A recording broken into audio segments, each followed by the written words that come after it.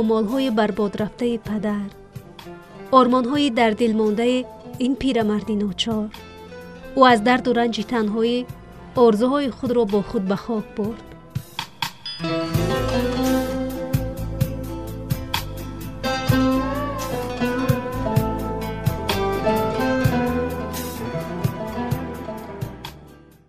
بیایید دادا جان.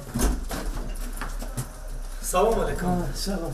نازه خدا جان. سلام. بیایید بیایید. بیایید دادا جان.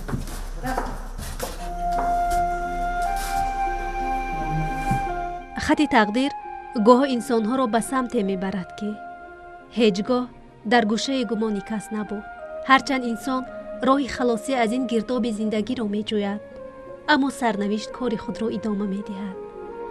دادا جان بیایید دیر شد. بیایید دادا. بیایید دیر شد.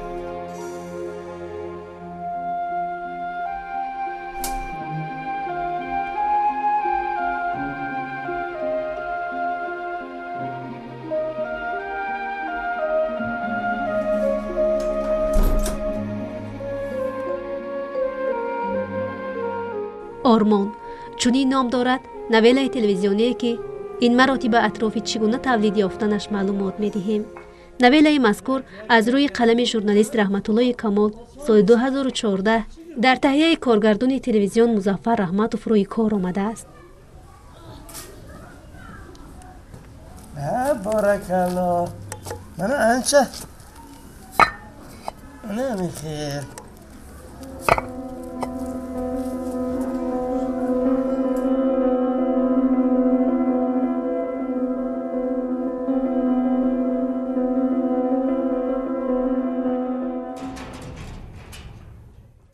سال 2014 یک روز کارگردانی همین تلویزیون سفینه مظفر جان به من زنگ زده گفتند که استاد یک واخورین با همدیگر صحبت کنیم. خیلی واخوردیم، صحبت کردیم. همین یک інсценировка гӯеми, сценария гӯеми ана бароварда ба ман доданду гуфтанд ки ҳамина хонда шинос шавед, нақши падара шумо бояд иҷро кунед. нақши асосӣ, бале. ман рости гап хонда хеле ба ман як таъсир гузошт ин асар. пеш ҳама ман تشکر میگویم بر رحمت الله کمالوف که به همین خیلی یک اثری زمانوی، یک اثری که دردی جمعیت، دردی زمانه با اون خاطر دشوار است که چونین نقش ها رو آفریدن خودت هم عذاب میکشی، درد میکشی. نخود که من بارهای بود که من خیلی بعد از آن عذاب میکشم. پیش از آن که درباره این نویل من چند سخن بگویم میخوام اول یعنی چگونه تاثیر کردنش میان آدما در حقیقت ما یعنی میخوام از همینجا شروع کنم. بسیار نمیدونم برای هنرمند، شخصا برای من وقتی که یک نفر مرا برای کدام نقش بد میبیند این خوب است، یعنی نتیجه خوبی کار است. من همین گونه عقیده دارم. یکی از چی گویم دوستان خانواده ما اکای اشور میگویند خب مردی روزگار دیده است و روز ما را در بازار همون ناحیه روبرو آمدیم و بعدا خیلی ناراحتانه از من چند سوال کرد. یعنی گفت که اعظم من نسبت شما دیگر خیلی عقیده داشتم، من ندونستم شما تا این درجه را بچه گنده هستی، بچه بد هستی، نخواه شما هم موی سفید برده و اینقدر جدی میگفتن آنها و در حقیقت هم من همین قدر که میفهمونم آرام نمیشوند. یعنی تا همین درجه آمده رسیدیم که اونا گفتن که این کارا را نکنین دیگه، شما در نمیزیبه. یعنی این نتیجه خوب یک کاری کارگردان و هنرمندان است. اصلا بابا جان نبیره ای باباس تو نغز می؟ درست بی؟ سلامت هستی بشین بشین خدا که تنها آمدی؟ نه قطعی اوچه آمدم. سلام دادا جان. سلام. چینه دادا جان. درست هستی؟ سلامت هستی؟ اینجا که سلام علیکم. درست هستی؟ سلامت رحمت هستی؟ چینه کنی بیاد درست می خوشم آمدی؟ دادا جان در خانه زیق شده. دخترم در این سین سال در خانه یکه و تنها البته زیق می شوی. او چند بار به شما گفته بودم بیایید همراه ما زندگی کنید. روزی من خونده همون وقتی خوندن حتی اشکام جاری شد که در حقیقت یک چیزی بزرگی بود است، یک چیزی که من کایخو باز آرزو میکردم همین خیلی نقش رو اجرا کنم. تشنه همین خیلی نقش بودم راستی ها. و به مظفر جان تلفن زنگ زده گفتم که من روزی کار را کی سر میکنیم. خیلی به کار شروع کردیم. خلاصه من به صفت دادسین در دانشکده دولتی فرهنگ و صنعت تاجیکستان کار میکنم و اونجا بودم. راستی باری اول که زنگ تلفن شد و تلفن موبیلی رو برداشتم. کارگردان مظفر که ما چندین برنامه سازی های فرهنگی نیز در تلویزیونی سفینه همراه کرده بودیم. با من مراجعت کرد و گفت که ما یک نویله خیلی خوب به نوار گرفتیم و بندوبست برنامه قریب که به اتمام رسیده است و ما مشکلی داریم در آهنگ. اصلا میخواستن یک سرود باشد در این برنامه که هم درد باشد، هم صدا باشد، راسای این برنامه رو گفته باشد و برودای من سپاریدن و خواهش کردن، درخواست کردن مظفر که من باید یک بعد از شنیدن یا خواندن این سیناریوی رحمت الله کمال خطا نکنم، من باید یک سرود، یک ترانه یا آهنگ روی تار آهنگ می آوردم که در خوری همین نویله تلویزیونی باشد. کارگردان همین نمایش مظفر رحمتوف به بی هم زنگ زد. پرسیدن گفتن که اسلام در خونه است. گفتن ها با ما در کار است. یک نقش است اوای را در نقش پسر بچه باید بازی کنن. بعد من از بیرون به خونه آمدم. به من همین گپ رو نقل کردن. من خرسند شدم، راضی شدم. بعد به من سناریو رو داد. من او را گرفته خواندم، تیار شدم. خیلی میلش من باز پگاه آمده شما رو خبر میگیرم، لیکن التماس داده یک بار دیگر نقص فکر کنید. اوه در اینجا تنها چی کار میکنید؟ با ما باشید خوب نیست؟ بله تو درست میگویی دخترم. خودم هم فکر دارم که تنها زندگی کردن خوب نیست.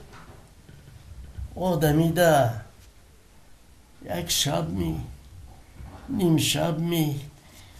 حالا این فکرها رو نکنید. بدبینی نسبت من بود، برای اینکه چندی بار حتی در مغازه هم بودم یک زن آمده گفت که نخود که شما همین خیلی نقشه رو آفرید، نخود که شما همین خیلی انسان باشید. من گفتم من این معنای آن رو ندارد که من همین خیلی انسانم. این نقش بود، این کسب من است، کار من است. یک شعری ایرج میرزا به یادم می آید. در اونجا مضمونش همین خیلی است که معشوقه طرفی عاشقش میگوید که انا مادر تو من همین خیلی است، مادر تو این خیلی است. اگر مادر تو تا آنی که زنده است من و تو زندگی خوش گذرانده نمیتوانیم، انا ما خوشبخت نمیشویم. بعد آخرش عاشق میپرسد که تو چی میخوایی؟ میگوید که دل مادرت رو کنده گرفته بیار. انا عاشق رفته سینه مادر رو میدراند و دل مادر رو گرفته سوی مشقه دوان میشد، میدود که پیشپا میخورد و میافتد. دل مادر در بالای خاک به زبان میآید و میگوید آه دست پسرم یافت خراش، واه پای پسرم خورد به سنگ. انا در لحظه ای که حتی دل مادر را از قفس سینه‌اش کنده به سوی مشقت دویدنش، دل به زبان آمده به فرزندش دلش میسوزد. تولید یافتن هم راستی گپ چی گویم، وقتی که برای هر نقش هنرمند رو انتخاب میکنند، من دیگر هنرمندان رو نمیدونم، شخصا من خیلی چی خیلی فهمونم، یعنی گرفتار میشوم و فکر میکنم که آیا از عهده همین میبرایم یا چگونه باید کار کرد که از کارهای بعدی فرق کند یا بهتر بیاید. و وقتی که به من همین فیلمنامه رو پیشنهاد کردن و نقش ما رو معین کردن، وقتی که من خواندم برای من چرا پسند آمد. من عموما در تئاتر هم دوست می‌دارم از نقش مضحکوی دیده یا از هر گونه نقش دیگر، یعنی بسیار آدم گنده رو به اصطلاح بسیار آدم بد رو دوست می‌دارم، همین گونه نقش ها رو نمیدونم و برای من خیلی پسند آمد. دادا من چند بار به شما گفتم کار خودتان رو کنید، استا آمده خودشون میکنند، باز اسلام رو هم کار فرمودید. خیر هیچ گم نه دخترم، پسر بچه کار یاد گیره. ماند این سفسطگویی هایتان رو، اینجا بیا، تیز به خانه گذر.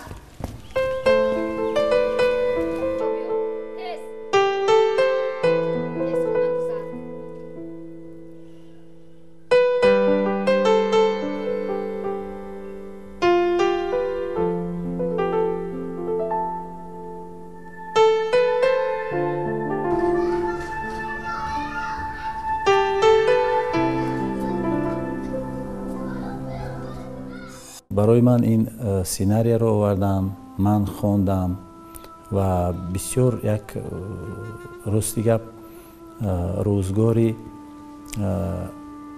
در آغاز یک مادر بود، آیدی خطا نکنم اشتباه باشد، آیدی مادر بود، سرنوشت یک مادری تاجیک بود.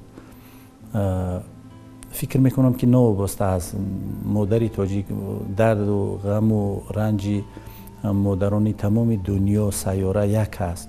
وقتی که به خانه پیرانسالان آمدیم، من دیدم آنجا باور کنید یک شخص ها زنها، مادران، پدران 70 80 تا 90 ساله در همین خانه پیرانسالان استقامت دارند. فوق‌العاده چشمم به یک موسفیدی افتید که من اون موسفید رو دیر باز میشناختم، چندین سالها میشناختم و سلام علیک کردیم، پرسپاس کردیم. من گفتم شما در اینجا چی کار میکنید؟ اون موسفید گفتن که من در همینجا کار میکنم. از هفته شرم داشتن میچیمی. روز دوم بینم موسفید در همونجا، سوم روز بینم در همونجا، لیکن در با یگان کار مشغول نه. همین خیلی میروند میبیان، آشخانه میدرویند، خوراک میخورند. بعد آخرش جیغ زدم و همون در همون نوار همراه من همون موسفید هستن. یک لحظه همراه من نشستگی بدم. همون موسفید ها پرسان شدم، من گفتم راست گپ رو بگید، شما اینجا بعد اشکان موسفید ریخت و گفتند که مرا فرزندانم آورده به همینجا گذاشتن.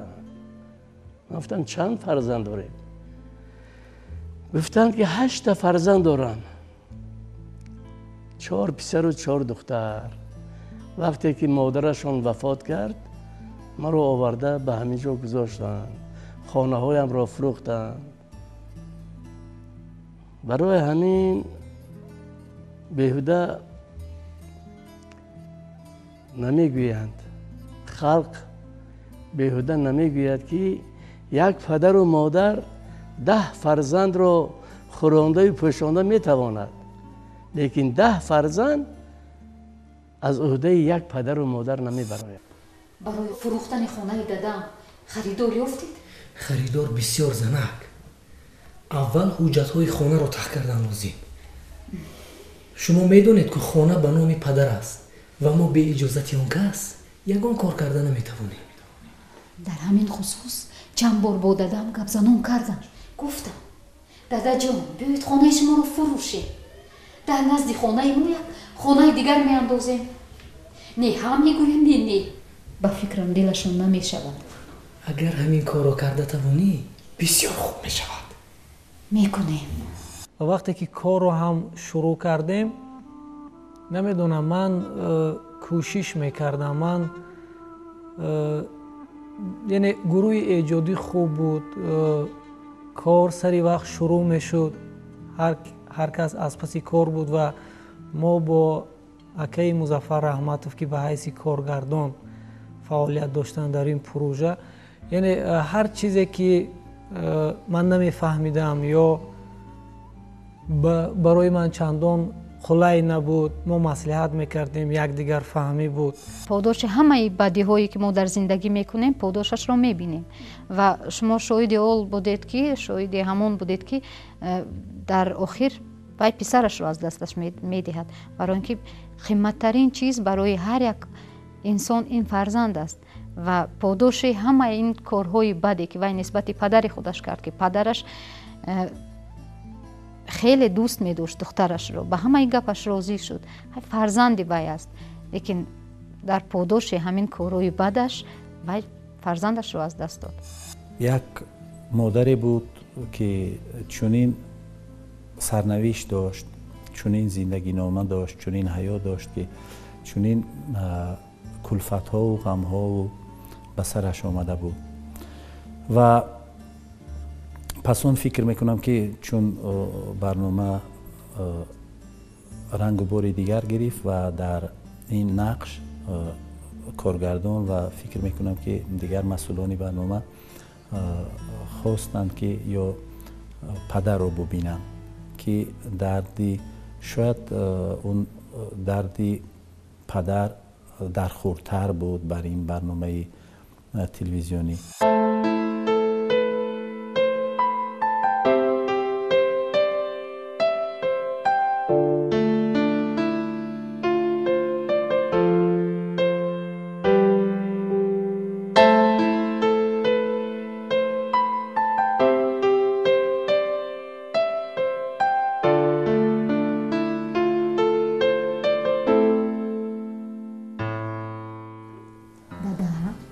دادا جون بیایید خانه شما رو فروشیم و با پولش انا در همین جا یک خانه 2 آشیانه با تمام شرایط هایش یک خانه زمانوی می سازیم.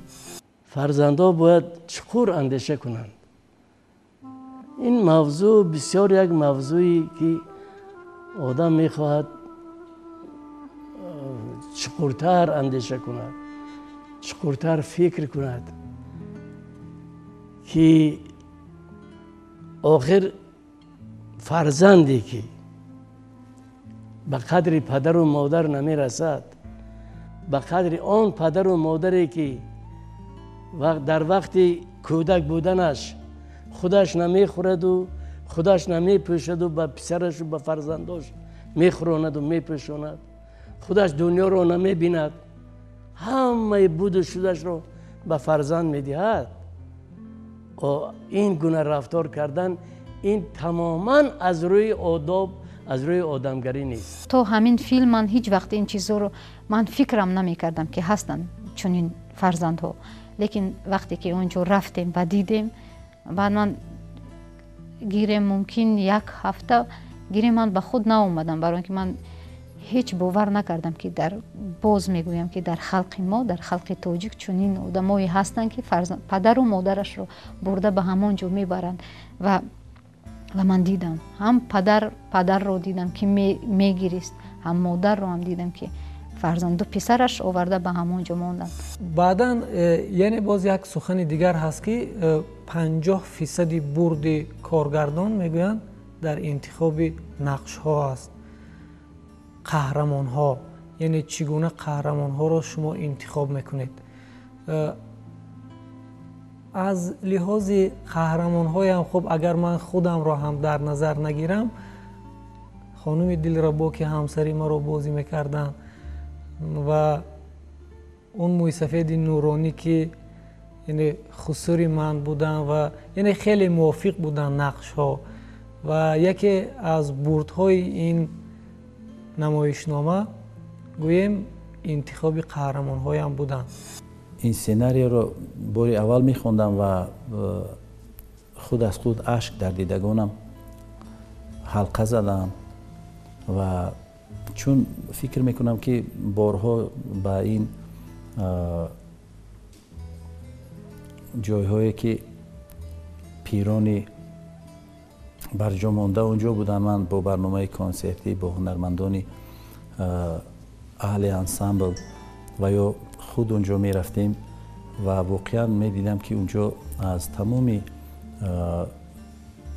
ملت هایی که در شهر دوشنبه و یا تاجیکستان عزیز به سر می بردن اونجا می دیدیم و با زبان های آنها، با خواهش و درخواست آنها ترانه و سرود اجرا می کردیم و من از درد آنها واقف بودم، از زندگاننامه آنها واقف بودم، آگاهی داشتم و برای مظفر چند سرود رو پیشنهاد کردم و گفتم که این ترانه های ما رو تو گوش کن و شاید اینجا چیزی پیدا میکنی. اگر پیدا نکردی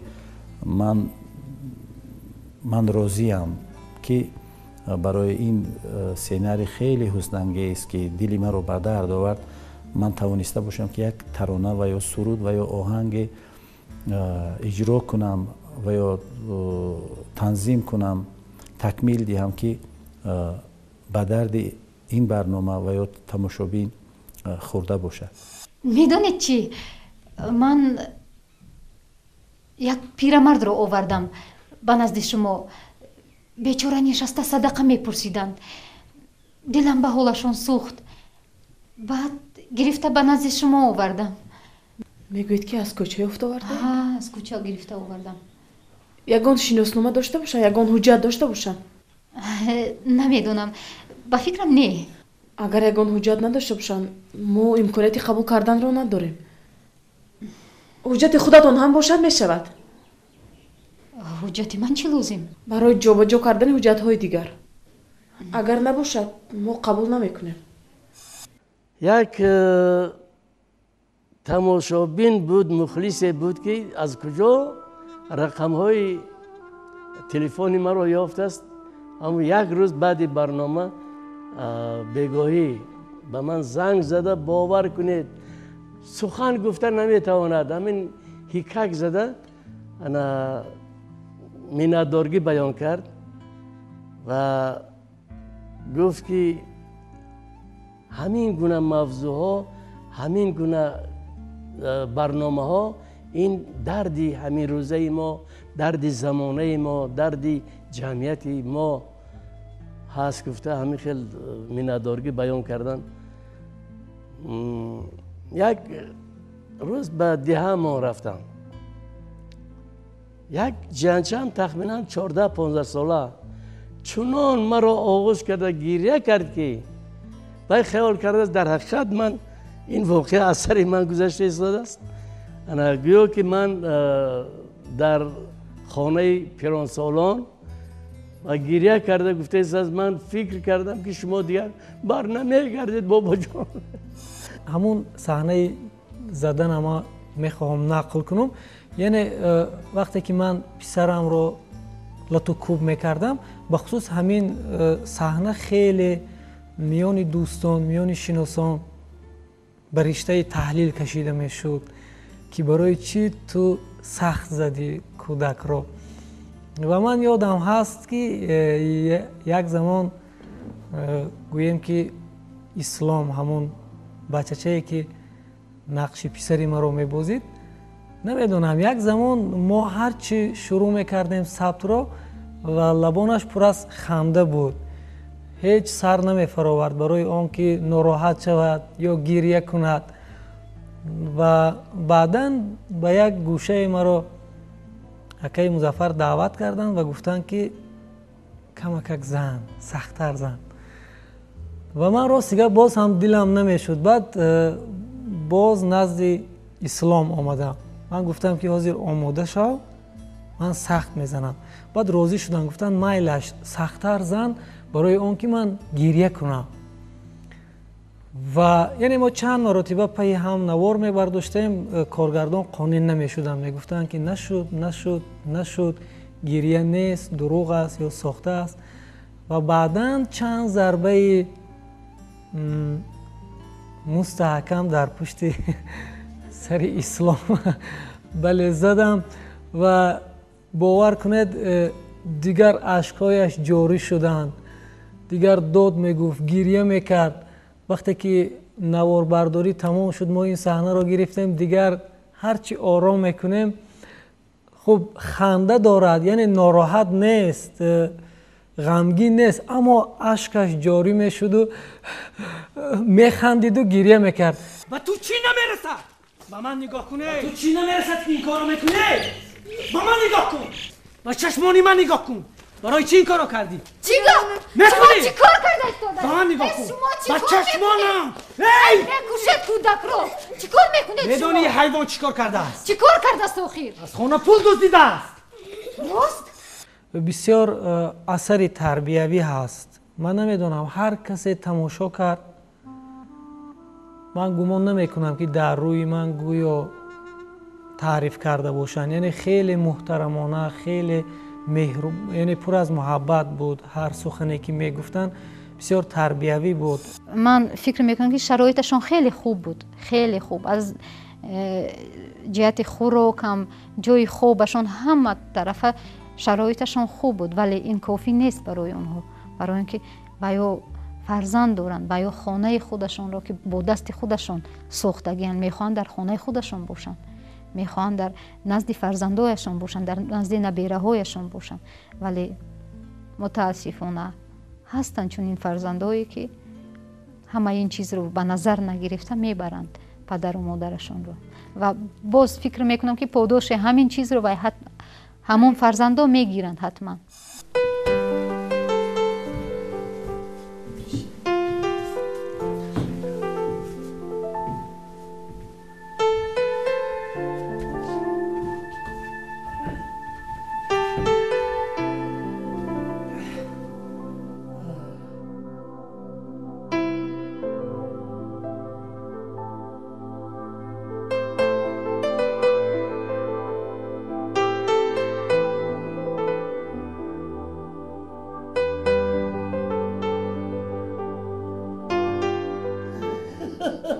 نمیگذارم که به شما آثاری رسد. جون میکنیم طبابت استراحت میکنید، یخ نشود. فرزند جان پدر جان. تماشابینان خیال کردند که این واقعه با خود من روی داده است، لیکن در اصل من پسر دارم، 2 پسر دارم، لیکن دختر ندارم. همه خیلی تماشابینا بعضیشان فکر کردند که این خیریت میگن جدی. من خیال میکنم که اونا حاصل میکنن، نه جدی میگه خیریت ترسونده ده میگه انا این خیریت میگه شما در این با شما این واقعه روی نداده است. من میگم نه آخر. من یک چیز گفتنی که همین گونه موضوع چند سال پیش با واسطه تلویزیون ثبت کرده بودن، رفته بود که اون را نقش مادر را هنرپیشه خلقی تاجیکستان میرم ایسایی و اجرا میکردن، نقش پسر را ارتش خلقی تاجیکستان غالب اسلاموف و کلین رو ارتیستای خلقی تاجیکستان رجب گل قاسمی و اجرا میکردن. بسیار به درجه خوب، به درجه اعلی اجرا کرده بودن. این بسیار تاثیرناک و حاضرم اگر آدم تماشا کند این خیلی تاثیرناک است. انا این گونه موضوع خیلی بسیار هستند، خیلی بسیار هستند، لیکن انا احتیاط شدن در کار در زندگی. من یک بار دیگر به فرزندان، به جوانان التماس خواهش دارم که به قدر پدر و مادران، به قدر کهنسالان رسیدن در کار. من اول نخواستم این نقش رو آفریدن و بعد فکر کردم، گفتم عذر اگر نگویم، لیکن ما هنرمندا باید نشون دهیم که چنین انسان ها هم هستند. بگذار خلق، بگذار آدمی که همین کار رو کرده است، بگذار خودش رو از پهلو ببیند که چه خیلی زشت است، چه خیلی بد است همین کار. و فقط به همین خاطر که بگذار ببینند من راضی شدم که همین نقش رو آفرم. ترانه هایم رو به مظفر پیشنهاد کردم و بعد از چند دقیقه، شاید ساعتی هم نگذشته بود و چون چیزی گم کردهش رو فکر میکنم پیدا کرد و زود به من به تلفن موبیلیم زنگ زد و گفت که اکا، من اون ترانه‌ای که به دلی من بود، من میخواستم از این ترانه های شما دریافت کردم. واقعا من میخواهم که همین سرود باشد، همین سرود در همین برنامه ما جا داده باشیم. و چند ترانه دیگری که مظفر با خود گرفته بود از من، اونها نیز در این برنامه جای یافتند و فکر میکنم که این کاری نخستینی من بود که در یک برنامه نویله تلویزیونی ترانه های من اینجا استفاده شدند و باقی فکر میکنم که اون اندیشه های نفرانی که این برنامه رو دیدن، تماشا کردن و بینندگان فکر میکنم که اندیشه های خودشون رو عاید برنامه و ساز و راز این موسیقی در این برنامه گفته باشند. در جهان آدم نبینه درد و داغی به کسی، بر محل گردد خزان گلزاری باغی به کسی، مرغی به کس ناله ها دارد حزین و ناتوان. وقتی که سرود استاد فرقت سعید بالای این صحنه های حزن‌انگیز صدا میداد، خیلی گلوگیر بود، انسان ها رو از گلویش میگرفت، بله خیلی تاثیر بخش بود و این صحنه ها رو، این گونه فیلمنامه ها رو آفریدن بسیار به مورد است. باید بگویم که واقعا من نخست اون ترانه هایی که علاقه تولید شده بودن، تنظیم شده بودن و در بایگانی من بودم، من پیشکشی کارگردان ساختم و پس اون من گفتم به مظفر که اگر ترانه های اینجا تنظیم شده اگر به شما پسند نآید یا که در خوری برنامه نباشد، من میتوانم حتما برای شما چیزی تنظیم و یا ترانه روی تار آهنگ بیارم که شما در این برنامه، در این نویله تلویزیونی استفاده کنید.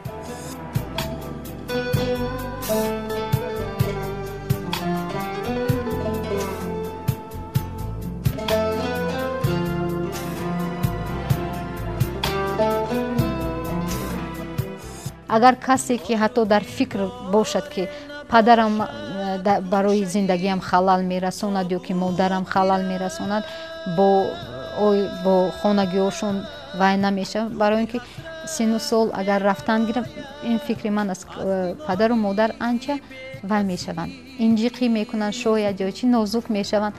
گناه ما هم است، ما این چیزها رو ما وای میکنیم، دست میتیم که وای از ما ранҷанд ва ҳамаи ҳамин чизҳоро бояд мо ҳам бояд не ҷои вай нест ки ман ранҷидам ё чиз фарзанд дар назар дорам.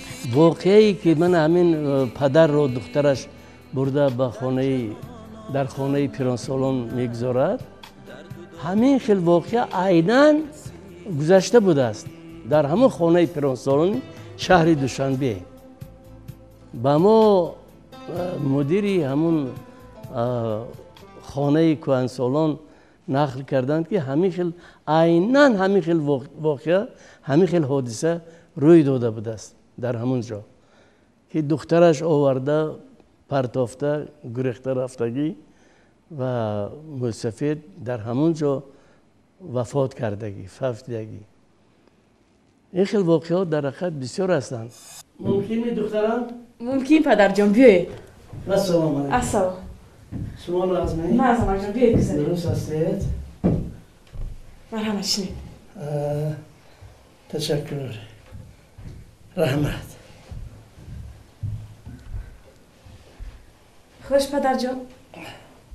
чӣ хизмат? духтарам, ман бо як хоҳиш ба назди шумо омадам. хуш падарҷон. ман чӣ хизмат кунам? рӯзҳои охир худамро бад ҳис мекунам. ана тез тез нафасгиру хаста мешавам гӯед. бисёр фикр накунед падарҷон. ҳоло шумо боқувват ҳастанд дар ҷомеаи умуман дар ҳама давру замон. мо ҳарчи пешравӣ кунем, чӣ техника, чӣ инсоният ҳарчи рушд кунанд, боз ҳам ниёз дорам ба тарбия, ниёз дорам ба сухани нек, ба як ҳарфи хуб. ин гуна саҳнаҳо инсонҳоро тарбия мекунад, роҳнамоӣ мекунад. шояд намедонам даҳҳо нафар ё садҳо нафар ҳамин гуна ақида доштанд нисбати намедонам падар, модар, хусур, хушдоман ё ҳар нафари аъзои оила. шояд баъди тамошои ин гуна саҳнаҳо ақидаашонро иваз мекунанд. яъне рисолаи кино, умуман театр, ҳар чизе ки рӯи навор меояд ё рӯи саҳна меояд, яъне бояд ки ҳамин гуна бошад, бояд тарбиявӣ бошад, таъсирбахш бошад.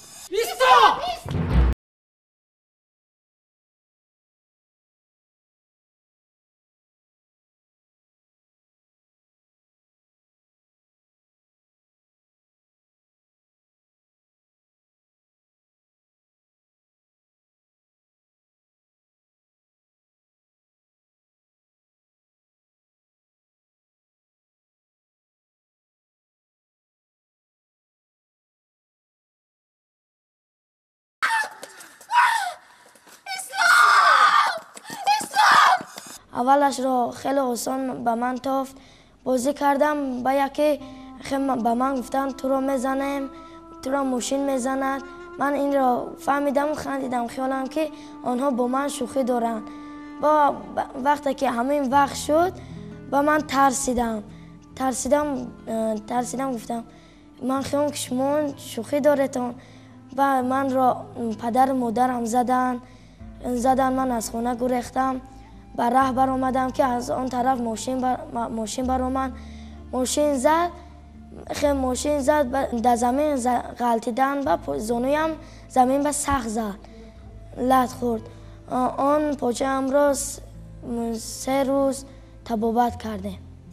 дидам ки чӣ гуна оилаҳо, яъне баъд аз марги ҳамсар ё баъд аз марги падар, яъне як нофаҳмиҳое мешавад ки оқибат ё модар худаш баромада меравад ё падар баромада меравад ё баръаксаш фарзандон мераванд. ин ҳам яъне ба ҳамон маъно кашида шудааст ҳамин навелаи мо ҳам, ки яъне на танҳо хусуру хушдоман ё падару модар, умуман бояд ҳамин гуна барномарезӣ бояд дошт инсон ки хуб зиндагӣ кунад, ором зиндагӣ кунад. чун این دنیا به کسی وفا نکرده است. میگویند که نیکی کن، نیکمندی کن تا تو را دسترس است، که این جهان یادگاری بسیار کس است. هر چی که نباشد، چی پدر، چی مادر، چی زن و فرزند، چی خسر و خوشدامن، همه اینها نعمت‌های بی‌بها هستند. اینها رو باید خیلی احتیاط کرد، باید دوستشان داشت، چون که هر چیزی که از دست می‌دهد انسان بعد می‌فهمد که اینقدر ارزش داشته است برای او. یعنی بسیار خوب می شود که انسان ها همین را بروقتر درک کنند. بعد از پشیمانی دیگر سود ندارد. چشم بر راه فرزند بودن پدر، تو باشید بیامون. اینقدر نصیحت نکن. موی سفید عیب خودشون بود، نخواستم با ما زندگی کردن. من این کار رو این طور نمیگذارم. من شما رو به سود میدهم. از آه جگرسوزی پدر نمیترسی؟ کار شما نباشد. ما پدر رو در آرامگاهی محلتون به خاک سپردیم، رفته زیارت کنید. جوان گفت با پیری دلاگاه، چی گم کردی که خم گشتی در این راه؟ جوابش داد پیری پرتکلم، که ایام جوانی کردم گم. آخه ما باید فراموش نکنیم که همان پیران هم نیز جوان بودند، همانها صاحب زندگی، صاحب خانه و در بودند، همانها هم آرزوی امیدهای زیادی داشتند. با امید و آرزوهای نیک فرزندها را تربیت کرده به وای رساندند. این را ما هیچگاه نباید فراموش کنیم.